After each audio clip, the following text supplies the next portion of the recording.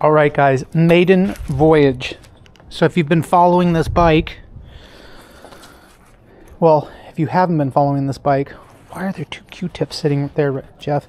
Actually, I use these to balance the two-stroke carburetors. I know it sounds ridiculous, but you put them inside this on the slides, and then you just slowly turn the throttle until they both start up at the same time. And they're good for ears. Anyway, so if you have not been following this bike, I'll run you through it. It was a Ninja 250 with a RD350 swapped motor in it. I got it and it looked nothing like this. A lot of the work that I've been doing to it has been mostly cosmetic, but I did put a RD350 top end on it. But basically went through and just cleaned and repainted all the surfaces, including the frame, the swing arm, the forks, the wheels, the expansion chambers, the silencers. Silencers had carbon fiber tape on them, and it's halfway painted. It was my first paint job, so I was really learning. I got it done, and then I noticed two dents that I missed, so that's what that is. But I've got to go through and finish that up. But what I'm most proud of is, look at this, the gauge cluster. Now I completely fabbed this. I took the stock I bought. It didn't have a gauge cluster on it. It had one of those little digital things. So I bought a stock Ninja gauge cluster, and then I morphed in Speed Hut gauges. And that was probably the biggest job of the entire bike, getting all that to work, getting the gauges to fit in there correctly, and then all the wiring involved. And I got it so that it's using the neutral light off the stock RD350 or 250 wire, and then high beam works also. There's no turn signals on the bike. There's an extra light for oil. I might figure out something that'll be good for that, but the speedometer is GPS. So this is the maiden voyage, my friends. That's why you are here with me today. I'm going to ride it for the first time, and should be quite interesting, so hold on. Here we go.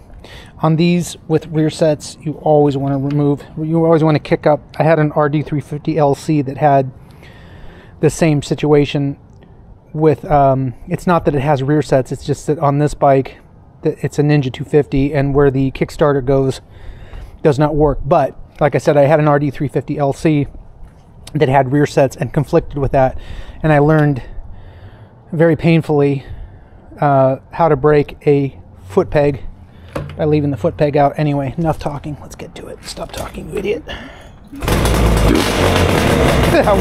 one kick.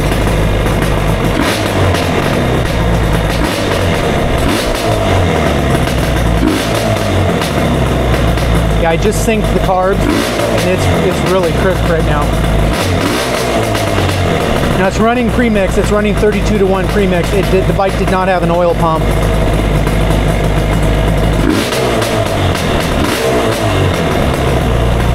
And here we go.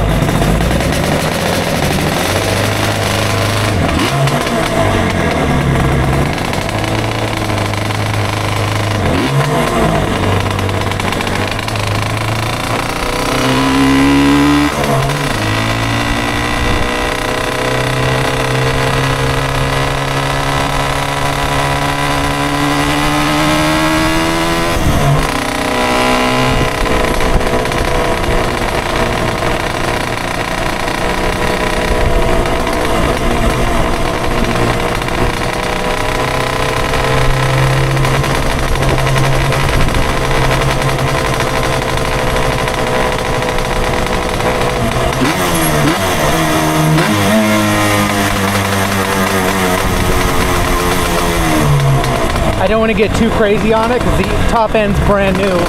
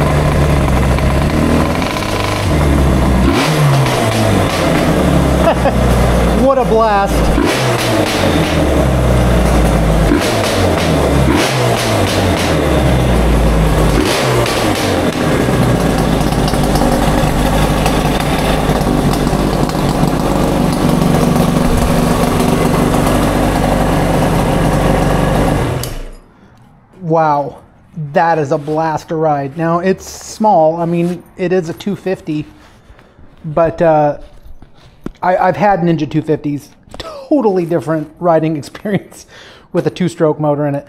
So I'll let it break in, and then probably have to mess with the jetting a little bit. I just kind of guessed on the jetting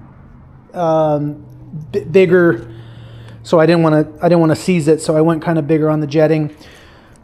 I don't know about, you know, I don't even know if I can't. I was going to say, I was thinking about maybe doing the oil pump on here, but you need the little spigots on the carbs, and these don't have them. There's little barbs that go right here for the oil hoses. So it's just going to be a premix bike, but I'm not going to be touring on it. It's fine with premix.